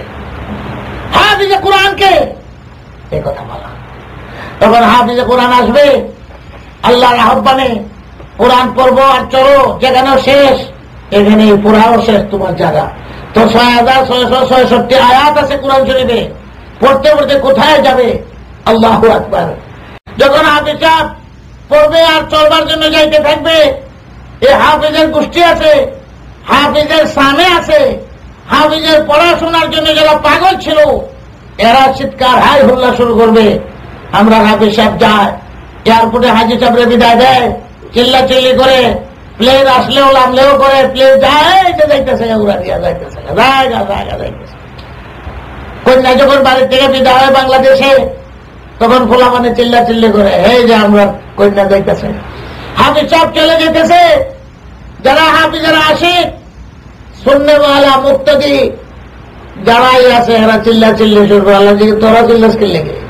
বলে আমরা হাফিজ সাহেব যে যাইতেছে, এই হাফিজ সাহেবের পড়া শুনবার লাগে মক্কা শরীফ গেছি, মদিনা শরীফ গেছি, 10 মাইল দূর থেকে আইছি, আর রাত্র ভর কোরআন শরীফ শুনছি, এখন সে তো চলে যেতেছে হাফিজ, তোমরা কি চাও? তো আল্লাহ তাআলা জিজ্ঞাসা করবে, হাফিজরা বলবে এই সুন্নাহওয়ালারা, হায় আল্লাহ দুনিয়াতে যেরকম হাফিজের পড়া শুনছি কোরআন, এখনো আমরা কোরআন শুনতে চাই। আল্লাহ তাআলার আইন হইল এই দুনিয়াতে একরকমের আইন, পরকালে আর এক রকমের আইন। সেখানের আইন হইল বেহেশতীরা যা চাইবো আল্লাহ আশা পুরা করে দেবে। এখানের আইন ভিন্ন, যা চাও পুরা হইতো না, কেউই পুরা হয় নাই। আমেরিকা আইলেও পুরা হইতো না, বিয়া করলেও পুরা হবে না, অনেকেরই আশা পুরা হয় না। কিন্তু বেহেশতের আইন হলো যা চাও আল্লাহ তাআলা আশা পুরা করে দিবে। আল্লাহ তোমরা কি চাও? বলে আমরা দুনিয়াতে যেরকম হাফিজের পড়া শুনছি, আমাদেরকে সুযোগ দাও যে আমরা এখানেও তার পড়া শুনতে চাই, তিলাওয়াত শুনতে চাই। বলা মাত্র আল্লাহ তাআলা অ্যাকসেপ্ট করবেন, মঞ্জুর করবেন, তো তোমরাও শুনতে শুনতে যাও। হাফিজকে বলবেন পড়তে পড়তে যাও, আর যারা কোরআনের আশিক তাদেরকে বলবেন তোমরা শুনতে শুনতে তার পিছু পিছে যাও। হাফিজের পড়া যেখানে শেষ হবে, যেখানে তার ব্যবস্থা হবে, তোমাদেরও সেখানে ব্যবস্থা হবে, যাও শুনতে শুনতে চলে যাও। আল্লাহু আকবার।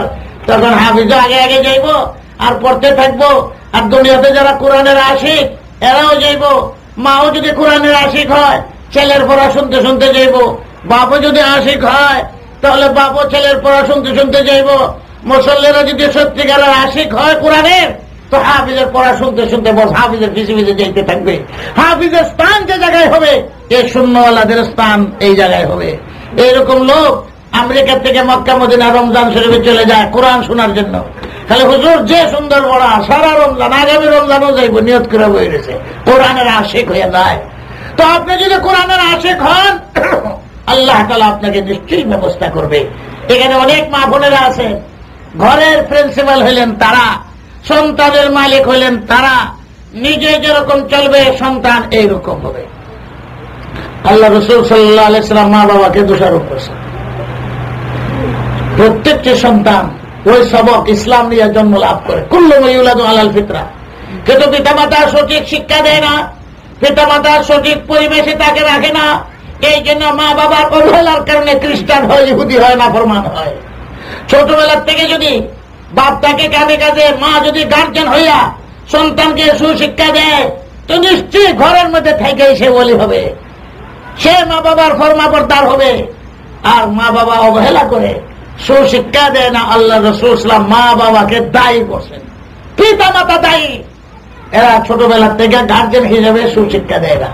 যখন বড় হয় তখন আর কথা শুনে না, তখন হুজুরের কাছে যাইয়া বলে, আইনও দেয় না, কিছু বলতে পারবে না, হয়তো তোমার বিরুদ্ধে কেস হবে। হুজুর তাবিজ দেন, মেয়ে কন্ট্রোলে নেই। হুজুর তাবিজ দেন, ওয়াইফ কন্ট্রোলে নেই। হুজুর তাবিজ দেন, ছেলে কন্ট্রোলে নেই। তাবিজে কন্ট্রোলে নেই, হ্যাঁ তাবিজ চায়, তুমি পারছিলে না। এই জন্য আল্লাহ রাসূল সাল্লাল্লাহু আলাইহি ওয়াসাল্লাম পিতা মাতাকে দায়ী করছে। আওলাদের জন্য মা বাবা 1 নম্বর দায়ী। যদি মা বাবা সুশিক্ষা দেয়, 10 বছর পর্যন্ত, 10 বছরের কথা শুনে না তো মারো। এই দেশে মারতে পারবেন না, কিন্তু 10 বছরের আগে 5 বছর থেকে আপনি ট্রেনিং দিতে থাকেন, এখানে যেমন ট্রেনিং চলছে, সুশিক্ষা দিতে থাকেন, তাহলে এরা হবে ওলি, এরা তোমার জন্য সুপারিশ করবে। একাই বেহেশতে যাবে না, সন্তান মা বাবাকে নিয়ে এই বেহেশতে যাবে। ছোট ছোট বাচ্চা যাদের মারা যায়, মুসলমানের সন্তান, এরাও পিতা মাতার জন্য সুপারিশ করবে। এটা মধ্যে কোনো ভুল নাই। পিতা মাতা যদি মুসলমান হয় তো বেহেশতের মধ্যে সুপারিশ করে নিয়ে যাবে। আমার মা ও বোনেরা, আপনারা, আমরা সবাই প্রথম যে কথা বলছিলাম, শরীয়ত দ্বীন সমান, সুখ শান্তি সবের জন্য সমান, ইসলাম সবের জন্য সমান, হালাল হারাম সবের জন্য সমান। মহিলাদের আপত্তি আমাদেরকে পর্দার কথা বলে, পর্দা শুধু মহিলাদের জন্য না, পুরুষের জন্য 1 নম্বরে পর্দা ফরজ। পর্দাই বুঝি না, বোরকার নাম তো পর্দা না। বোরকা তো ব্যবহার করা হয়, এটা জিহাদের সামান, অর্থাৎ আরেকজনকে হেফাজত করার জন্য। আমি যদি বোরকা গায়ে না দেই, আমার দিকে যারা চাইবে সব হবে পাপী, সবের পাপের বোঝা আমার বহন করতে হবে হাসরের ময়দানে। আল্লাহ জিজ্ঞাসা করবে, তুই বোরকা ছাড়া বাইরে হলে কেন? মানুষে পাপ করছে, এই পাপের জন্য তুই দায়ী। বোরকার নাম তো পর্দা না, বোরকা তো আরেকজনকে গুনাহ থেকে বাঁচাইবার জন্য, জিহাদের তলোয়ার। বোরকাও একটা জিহাদের তলোয়ার, মানুষকে গুনাহ থেকে বাঁচাইবার জন্য। যে মহিলারা বোরকা ব্যবহার করে জিহাদের সওয়াব পাবে, কিন্তু বোরকা লাগাইয়া যদি টাইট ফিট বোরকা পরিধান করে, তো পর্দা হইল না। বোরকা পিনল ঠিক, কিন্তু চোখ ঘুরায়, চতুর্দিকে চায়, চোখ কইল ক্যামেরা, তাহলে তো পর্দা হইল না। মৌলভী পাগড়ি লম্বা কুর্তা ঠিকই আছে, কিন্তু মহিলাদের দিকে তাকায়, তাহলে তো পর্দা হইল না। চোখের হেফাজত করার নাম হইল পর্দা, চক্ষু হইল ক্যামেরা। আল্লাহ তাআলা সেই পর্দার কথা মুসলমান পুরুষদেরকে আগে বলছেন, কুল্লিল মুমিনিন ইয়াগুযু মিন আবসারিহিম ওয়া ইয়াহফাযু ফুরুজাহুম। ঈমানদার পুরুষদেরকে আগে বলছেন, চোখের হেফাজত করো, বেগানা মহিলার দিকে তাকাইও না, নিচা করে লাইও, তোমার অঙ্গ প্রত্যঙ্গ হেফাজত করবে। এরপরে মহিলাদেরকে বলছেন, তোমরাও চোখের হেফাজত করো, বেগানা পুরুষের দিকে তাকাইও না। বেগানা পুরুষকে যাদের সাথে বিয়া শাদী হয় এরাই বেগানা, আর যাদের সাথে বিয়া শাদী হারাম এরা হইল এগানা। মামু, চাচা, বাবা, এরার সাথে বিয়া শাদী হারাম, দাদা, নানা, তাহলে এরা হইল এগানা। দুলাভাই এগানা না, বেগানা। তোমার বোন মরে গেলে দুলাভাইয়ের সাথে বিয়া হইব, শালি এগানা না, বেগানা। মামাতো ভাই, চাচাতো ভাই বেগানা, ধর্মীয় ভাই বোন সব বেগানা, এরার সাথে বিয়া শাদী হয়। হুজুর সাল্লাল্লাহু আলাইহি ওয়াসাল্লাম বিবাহ করছেন, কাদেরকে বিবাহ করছেন? দেশ করেন, এরাও তো সব ধর্মীয় বোন। এগুলা এগানা হয় না, বেগানা। এগানা হলো যাদের সাথে বিয়া শাদী হারাম, এরা হলো এগানা। তাহলে পর্দার জন্য এই বদনাম না হয় যে মৌলবীরা গেলে আমরা পর্দার কথা কই। পর্দা আল্লাহ তাআলা পুরুষদেরকে আগে বলছেন, এরা শক্তিশালী।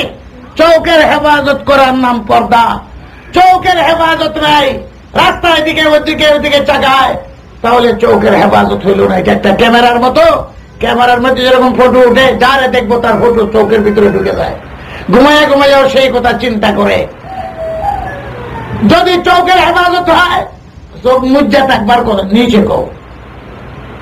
শয়তান আল্লাহ পাককে বলছে লাআতিয়ান্নাহুম মিন বাইনি আইদিহিম ওয়া মিন খালফিহিম ওয়া আন আইমানিহিম ওয়া আন শামাইলিহিম সুম্মা লা তাজিদু আকসারাহুম শাকিরিন। আল্লাহ তোমার মানুষকে বান্দাদেরকে পথভ্রষ্ট করার জন্য সামনে পিছে ডাইনে বামে চতুর্দিকে দাইয়া ধোঁকা দিব। ইবলিসে কইছে সামনে পিছে ডাইনে বামে উপর দিকে বলে নেই, কারণ উপরে দিয়া এমনি চাইয়া কেউ হাঁটতে পারবে না, এটা বলারই দরকার নেই। রয়েছে একটা দিক বাকি, নিচ দিকে। এটা কইছে না যে নিচের দিকে আইয়াও তোমার বন্দাদেরকে আমি ধোঁকা দিব। এই জন্য নারী পুরুষের বাঁচবার পথ নিচের দিকে চাইয়া থাকো, চোখ মুজ্জা চাইয়া থাকতো না, নিচের দিকে চাইয়া থাকো। প্লেনে বসে রয়েছ, বয়রা আসছে, এখন খামগার লোক আড্ডা মারে। আল্লাহ কইছে চোখের হেফাজত করো, তুমি আর লোকের কথা না কইলে হ্যাঁ তোমার এমনি দিব, বুঝলেন? আমরা তো চাই না, মাতিও না, বুবয়ে বলে থাকে, দিলে দিল, না দিলে না দিল, এমনি আমি না চাইলেই দিল। আমার উপরে হুকুম হইল তুমি চাইও না, চৌকের হেফাজত করো। 1 ঘন্টা 10 ঘন্টা বয়ে থাকো, তুমি এদিকে চৌক উঠে না চাইলে হইল। শরীয়তে বলে প্রথম দৃষ্টি এটা মাপ, রাস্তা দিয়ে যান, হঠাৎ করে একটা মেয়ে আইতেছে, তুমি আর দ্বিতীয়বার চাইও না, চোখ নিচের দিকে করে লাও। প্রথমবার যে নিজের দৃষ্টি পড়ছে এটা মাপ। হুজুর সাল্লাল্লাহু আলাইহি ওয়াসাল্লামের দরবারে হুজুরের বিবিরা বসে রয়েছেন, অন্ধ সাহাবী আইছেন আব্দুল্লাহ ইবনে মাকতুম, উনি তো চোখে দেখেন না। হুজুর বলেন তোমরা পর্দা করো। দুইও বিবি আপত্তি করেন, হে বেটার চোখ নাই আর আমরা পর্দা করবো না। হুজুর বলেন তার তো চোখ নাই, তোমরা তো চক্ষু আছে। আবার আমি আবার নাম তোমা আল্লাহ তোমা তুমি সেরা নেই, তোমরা কি চোখে দেখো না? তোমরা তো দেখবা। অন্ধ বেটা কি বিয়া শাদী করে না? তাহলে চোখের হেফাজত হইল না। অন্ধ সাহাবীর দিকে দৃষ্টি দিতে দেন নাই, তোমরা পর্দা মতো যাও, যাও পর্দায় যাও। তাহলে বোঝা গেল চোখের হেফাজত করার চেষ্টা করেন। আল্লাহ রাসূল বলেন যে মহিলা যে পুরুষ চোখের হেফাজত করবে, আল্লাহ তাকে ঈমানের মজা দান করবে, ঈমানের লজ্জত দান করবে। আমাদের দেশে আপনাদেরকে অনেকে ধোঁকা দিবে, নমাজের মধ্যে মুখ পর্দা নয়, এই হাত পর্দা নয়। নমাজ ঘরের মধ্যে পড়বে, মহিলাদের মুখ পর্দা নয়, নমাজের ভিতরে হাত পর্দা নয়, পায়ের তলা পর্দা নয়। এটা নমাজের ভিতরের মশলা, রাস্তার মশলা নয়। কিন্তু নমাজের ভিতরের মশলা রাস্তায় লইয়া গেছে, রাস্তায় মুখ পর্দা। হজে গেলেও বুরকা এমন ভাবে লাগাও যে মুখ দেখা যাইতো না, কিন্তু নাক লাগতো না। আলেমরা শিখিয়ে দেন কাটি দিও, কাটি দিয়ে মুখ ঢাইকা রাখো। আলেম ওলামারা কিভাবে হারাম বান্ধায়, মৌলবীর বউ লইয়া গেলে মৌলবী এটা দেখো, ওখানেও মুখ পর্দা। সব জায়গায় রাস্তায় পর্দা, বাজারে পর্দা। দোকানদারি করো কিন্তু মুখ ঘোরা থাকতে হবে। ওই মৌলবী পথভ্রষ্ট যারা নমাজের মশলা দিয়ে রাস্তায় ফিট করছে, নমাজের ভিতরে মুখ পর্দা নয়, মহিলাদের হাত পর্দা নয়, পায়ের তলা পর্দা নয়, চুল পর্দা, সব অবস্থায় পর্দা। মহিলাদের যদি চুল মাথা খুলে যায়, নমাজের ভিতরে নমাজ নষ্ট হয়ে যাবে। পুরুষের মাথার চুল পর্দা নয়, মাথা খোলাও নমাজ হইব, হয়তো মাকরুহ হইতে পারে। কিন্তু মেয়েদের যদি চুল কিছু খোলা থাকে, এই জন্য ভালো করে পড়তে বানতে হয়। নমাজ পড়তে হলে চুল পর্দা, মুখ পর্দা না, হাত পর্দা না। এটা নমাজের ভিতরের মশলা, এটা লয়ে গেছে রাস্তার মধ্যে, রাস্তার মধ্যে পর্দা না। এক জায়গার মশলা আরেক জায়গা লয়ে গেছে। যারা মুখ খোলা রাস্তায় রাস্তায় ঘোরায়, যত পুরুষে দেখবে সব গুনাহ করবে, এটার দায় দায়িত্ব বহন করতে হবে ওই মহিলার, যিনি বেপর্দা রাস্তায় ঘুরাইলেন। তুমি তো ঘুরাইলা ঠিকই, কিন্তু আরেকজন যে পাপ করলো এটার জন্য দায়ী তুমি। তোমার দিকে দেখলো।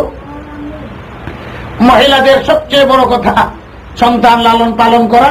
মহিলাদের সবচেয়ে দায়িত্ব ঘরের মধ্যে স্বামীর সাথে ঝগড়া না করা। স্বামীর জন্য উচিত মহিলাদের সাথে ঝগড়া না করা। হুজুর সাল্লাল্লাহু আলাইহি ওয়াসাল্লাম বলেন ওই পুরুষ সবচেয়ে ভালো যার ওয়াইফ তাকে বলে ভালো। ওয়াইফ ভালো বলে না তুমি কেমন পুরুষ, মিলামিশা চলো, একজন আরেকজনকে দেখলে মুখে হাসি দাও, ঝগড়া ফসাদ করিও না। এটাই হলো বেহেশতের জিন্দেগি। কেউ থেকে কেউ বড় না, কেউ থেকে কেউ ছোট না। হামসি দামসি যখন করে তখনই ঝগড়া হয়। তোর ডিগ্রি নেই আমার ডিগ্রি আছে, এটার নাম বলে অহংকার। তোর সৌন্দর্য নেই আমার সৌন্দর্য আছে, তোর গ্রিন কার্ড নেই আমার কার্ড আছে, এইটা লাগলো ঝগড়া। বড়ত্ব আল্লাহ পছন্দ করে না, যার ভিতরে অহংকার থাকবে, রূপের অহংকার, মালের অহংকার, জেহরের অহংকার, ডিগ্রির অহংকার, বংশের অহংকার। আল্লাহর রাসূল বলেন যার ভিতরে অহংকার বিন্দু মাত্র থাকবে বেহেশতের দরজা দিয়ে ঢুকতে পারবে না। অহংকারকে মিটাও, আর ঝগড়া হবে না। আলী আর ফাতেমার মতো, ফাতেমা মনে করতেন না আমি আলীর থেকে বড়, যদিও দুজাহানের কন্যা। আলীও মনে করতেন না আমি পুরুষ আর তুই একজন বেডি মানুষ, মহিলা, এই কথা আলী ভাবতেন না। আলী মনে করতেন ফাতেমা বড়, ফাতেমা মনে করতেন আলী বড়। তাহলে আর ঝগড়া নাই। মিঠা দো আপনি হাস্তি কো আগর কুছ মর্তবা চাও, নিজেরে মিঠাও, তাহলে আর স্বামী স্ত্রী কোনোদিন ঝগড়া হবে না। একজনের মুখের দিকে আরেকজনে তাকাইবে, মুসকে হাসি দিবে, এটাও সৎকার স্বভাব। একজনের মুখে আরেকজনে উঠাই দিবে লুকমা, এটা শরীয়তে কয় যায়, এটার দ্বারা স্বভাব মিলে। স্বামী স্ত্রী মিলামিশা করবে বৈধভাবে, বুদ্ধের ময়দানে কাফির মারলে যে স্বভাব সেই স্বভাব। মহিলারা বাচ্চা পেটে নিবে, নামাজ পড়বে, পুরুষরা 80 রাকাত নামাজ পড়লে যে স্বভাব, মহিলারা পেটে বাচ্চা নিয়ে এরপরে নামাজ পড়লে 1 রাকাতে পুরুষের 80 রাকাতের সমান স্বভাব। মহিলারা বাচ্চাকে দুধ খাওয়ায়, এটার জন্য বেহেশতের সামান হয়ে গেল। যুদ্ধের ময়দানে যে কাফির মারে, বড় বড় যুদ্ধ হয়েছে, আঘাত করে কাফিরের কল্লা মাথা কাটে 100, 200, 1000। আল্লাহ রাসূল বাচ্চাকে যে দুধ খাওয়াইল, ওই দুধের ময়দানে কাফিরের মাথা কেটে পুরুষরা যে স্বভাব, মহিলারা বাচ্চাকে দুধ খাওয়াইয়া সেই স্বভাব কামাই করতে পারে। মহিলাদের জিহাদের ময়দান, বাচ্চাকে লালন পালন, স্বামীর খেদমত, ঘরের খেদমত, আল্লাহ রাব্বুল আলামিন সেই বুঝ দান করো। এবং পুরুষ যারা, তারাও সৎ ব্যবহার করত। হুজুর সাল্লাল্লাহু আলাইহি ওয়াসাল্লাম কোনদিন কটু কথা বলেন নাই, আঘাত করেন নাই, ঝগড়া করেন নাই। 9 জন বিবি হুজুরের একসঙ্গে থাকছেন, সবই হুজুরের প্রশংসা করতেন। হুজুর সাল্লাল্লাহু আলাইহি হুজুর বলেন খায়রুকুম খায়রুকুম ইনদা আহলি ওয়া আনা খায়রুকুম ইনদা আহলি। আমি আমার 9 জন বিবির কাছে আমি ভালো, তোমাদের মধ্যে সবচেয়ে ভালো যে ব্যক্তি তোমার ওয়াইফ ভালো বলে। হিসাব ভালো বললে হবে না, বন্ধু ভালো বললে হবে না, তোমার ওয়াইফ তোমাকে বলতে হবে হে ভালো, বাবা ব্যবহার আচার খুব ভালো। আজকাল ব্যবহার আচার খারাপ করার কারণে এত বড় ঝগড়ার ফসাদ হয়, এরপরে তালাক হয়, মানে না মশলা টসলা, আবার জিন্দেগানি করে হাইওয়ান জানোয়ারের মতো। হাইওয়ান জানোয়ারের মতো চললে আমরা মানুষ কেন? হাইওয়ান জানোয়ারের মতো চললে আমাদের নবী কেন? হাইওয়ান জানোয়ারের মতো জিন্দগি করলে আমরা উম্মত হব কেমন করে? তাদের জন্য শরীয়ত নাই। হাইওয়ান জানোয়ার কুকুরের জন্য মশলা নাই। আমার ভাই বন্ধুরা, এই কথাগুলি আপনাদের খেদমতে বলছি। এই যে মদিনা মসজিদ, এখানে নতুন জুম্মার সময় বলছি মসজিদ তৈয়ার করো, এটা ইসলামের নিশান। হুজুর মদিনা শরীফ যাইয়া প্রথমেই মসজিদ বানাইছেন, মক্কা শরীফ থাকতে মসজিদ বানাইতে পারেন নাই। এগুলা জুম্মার নামাজে বলা হয়েছে। আমরা যেখানে থাকবো মুসলমান, মসজিদ বানাইবার চেষ্টা করব। এর চেয়ে বেশি দরকার সুশিক্ষা। তুমি মসজিদ বানাইছো বড় বড়, কিন্তু যদি ছেলে পেলে শিক্ষিত না হয়, অর্থাৎ কোরআন হাদিস শরীয়ত না জানে, নামাজ না জানে, এই মসজিদ আবাদ করবো কেন? মসজিদ যতটুকু দরকার, এর চেয়ে ছেলেমেয়েদেরকে শিক্ষা দেওয়া এর চেয়ে বেশি দরকার। হুজুর নামাজে আগে বানাইছেন 13 বছর, মদিনা শরীফ যাওয়ার পরে এখন দেখছেন মসজিদের দরকার। এখানে মসজিদ বানাইয়া নমাজি টুকাইছেন না, নমাজে আগে তৈরি হয়ে গেছে। মদিনা শরীফ যাওয়ার পরে দেখছেন এখন মসজিদের দরকার। মসজিদের দরকার, 100 বার দরকার, ইসলামিক সেন্টারের দরকার, কিন্তু সুশিক্ষা বাচ্চা কাচ্চাদেরকে বেশি দরকার। আর সবচেয়ে বেশি মা মা মা যে ঘরে দুধ খাওয়ায়, তার দায়িত্ব সবচেয়ে বেশি ছোট বাচ্চাদেরকে সুশিক্ষা দেবার। তাহলে মরিয়মের মতো, হযরত ফাতেমার মতো, হযরতে ফাতেমা শিক্ষা দিয়েছেন হাসান হুসাইনকে, আর আলী থাকতেন জিহাদের ময়দানে। তো আপনারাই সেই সওয়াব পাইবেন, সেই দায়িত্ব পালন করবেন। আল্লাহ তাআলা পেরেশানি দূর করিয়া দেও, বেমার আজার দূর করিয়া দেও। অনেক কথা আপনাদের খেদমতে আরজ করছি, আমাকে মাফ করবেন ভুল ত্রুটি। আল্লাহ তাআলা এই মসজিদ যেন সুন্দরভাবে এই কমিটিকে হক আদায় করতে পারে, মসজিদ বানাইতে পারে, সুশিক্ষার ব্যবস্থা করতে পারে। এই কমিটির জন্য দোয়া করি, আল্লাহ তাআলা সুন্দরভাবে যেন মসজিদ পরিচালনা তৌফিক দেয়। ঝগড়া ফসাদ ইখতিলাফ ভালো না। অনেকে কোরআন খতম করে দোয়া চাইছেন, অনেকে বেমারির জন্য দোয়া চাইছেন, অনেক দোয়ার দরখাস্ত। অনেক মহিলারা কোরআন খতম, তাদের জন্য সবের জন্য ইনশাআল্লাহ দোয়া হবে। এরপরে আশার নামাজ হবে। আল্লাহ তাআলা আপনাদের এখানে আমাকে কিছু সময় বসার তৌফিক দিয়েছেন, আলহামদুলিল্লাহ। আপনাদেরকেও অশেষ অশেষ ধন্যবাদ। এইভাবে দিনের কথা একদিনে শেষ হয় না, এটার দরকার আছে। এই জন্য আপনাদেরকে আরো বেশি বেশি ধন্যবাদ দিলাম। আগামীতেও দিনের কথা শুনতে শুনতে এবং দিনের আলোচনা করতে করতে হয়তো গুরুত্ব বাড়বে। সব সময় দুনিয়ার আলোচনা, দিনের আলোচনা কয় ঘন্টা করেন? এই জন্য দিনের আলোচনা বেশি করে বাড়ান। আগামী দিনেও আপনাদেরকে আল্লাহ তাআলা যেন দিনের আলোচনা শোনার করার তৌফিক দেয়। এবং আজকে যে মেয়ে লোকেরা আসছেন, আপনারাও আসছেন দাওয়াত পাইয়া, আল্লাহ তাআলা কবুল করুক, বলেন সবাই আমিন। এবং আমাদের হাল অবস্থা আল্লাহ যেন পরিবর্তন করে দেয়, বলেন সবাই আমিন।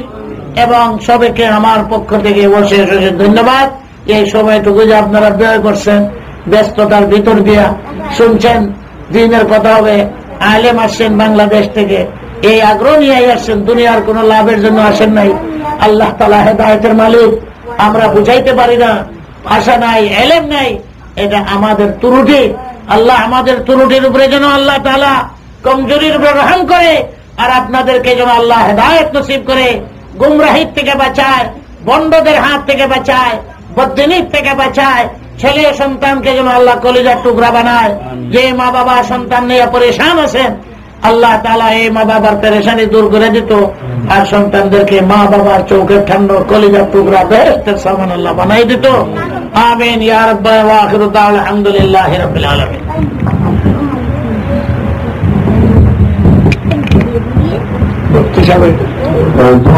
ইনশাআল্লাহ যে কথা আমরা আরো থাকবো, একটু আপনারা বসেন। مولانا محمد وعلى آله وصحابه وسلم. صلى الله على سيدنا ومولانا محمد وعلى آله وصحابه وسلم. اللهم صل على سيدنا ومولانا محمد وعلى آله وصحابه وبارك وسلم. اللهم صل على سيدنا ومولانا محمد صلاة تنجنا بها من جميع الأهوال والآفات، وتقضي لنا بها جميع الحاجات، وتطهرنا بها من جميع السيئات، وترفعنا بها عندك على الدرجات، وتبلغنا بها أقصى الغايات من جميع الخيرات في الحياة وبعد الممات، إنك على كل شيء قدير. يا حلال المشكلات، يا دافع البليات، يا كافي المهمات، يا فارج الهم، يا كاشف الغم، مجيب الدعوات، يا غياث المستغيثين، مجيب دعوة المضطرين، يا راحم المساكين، أسألك مسألة المسكين ونبتهل إليك إبتهال على المبتهلين. يا الله جماعت রে কবুল করো। ইয়া আল্লাহ আমাদের মনকে আল্লাহ দিলকে ঠিক করিয়া দাও। ইয়া আল্লাহ গুমরাহি থেকে বাঁচাও, বদদিনী থেকে বাঁচাও, বুড়া মওত থেকে বাঁচাও। ইয়া আল্লাহ নারী পুরুষ সবাইকে আল্লাহ দ্বীনের উপরে চলা আসান করিয়া দাও। আমাদের আওলাদদেরকে আল্লাহ ফিতনা থেকে বাঁচাও, গুমরাহি থেকে বাঁচাও। এই মসজিদের জন্য আল্লাহ সুব্যবস্থা তুমি করিয়া দাও। ইয়া আল্লাহ আমল করার তৌফিক দান করো। ইয়া আল্লাহ ইয়া আরহামার রাহিমিন, যত বেমারিদের জন্য তোমার দরখাস্ত আল্লাহ, সব বেমারিদেরকে ভালো করিয়া দাও। অনেকে কোরআন খতম করেছেন, 1 খতম 2 খতম 3 খতম। ইয়া আল্লাহ অনেক মহিলা তাদের জন্য দোয়া, তারা কোরআন খতম আল্লাহ কবুল করো, নেক মকসদ পুরা করিয়া দাও। যারা মসজিদের জন্য দান খয়রাত করছেন আল্লাহ তুমি কবুল আর মঞ্জুর করো। ইয়া আল্লাহ সদকা খয়রাত রেজা আল্লাহ বরকত সব থেকে তুমি বাঁচাও।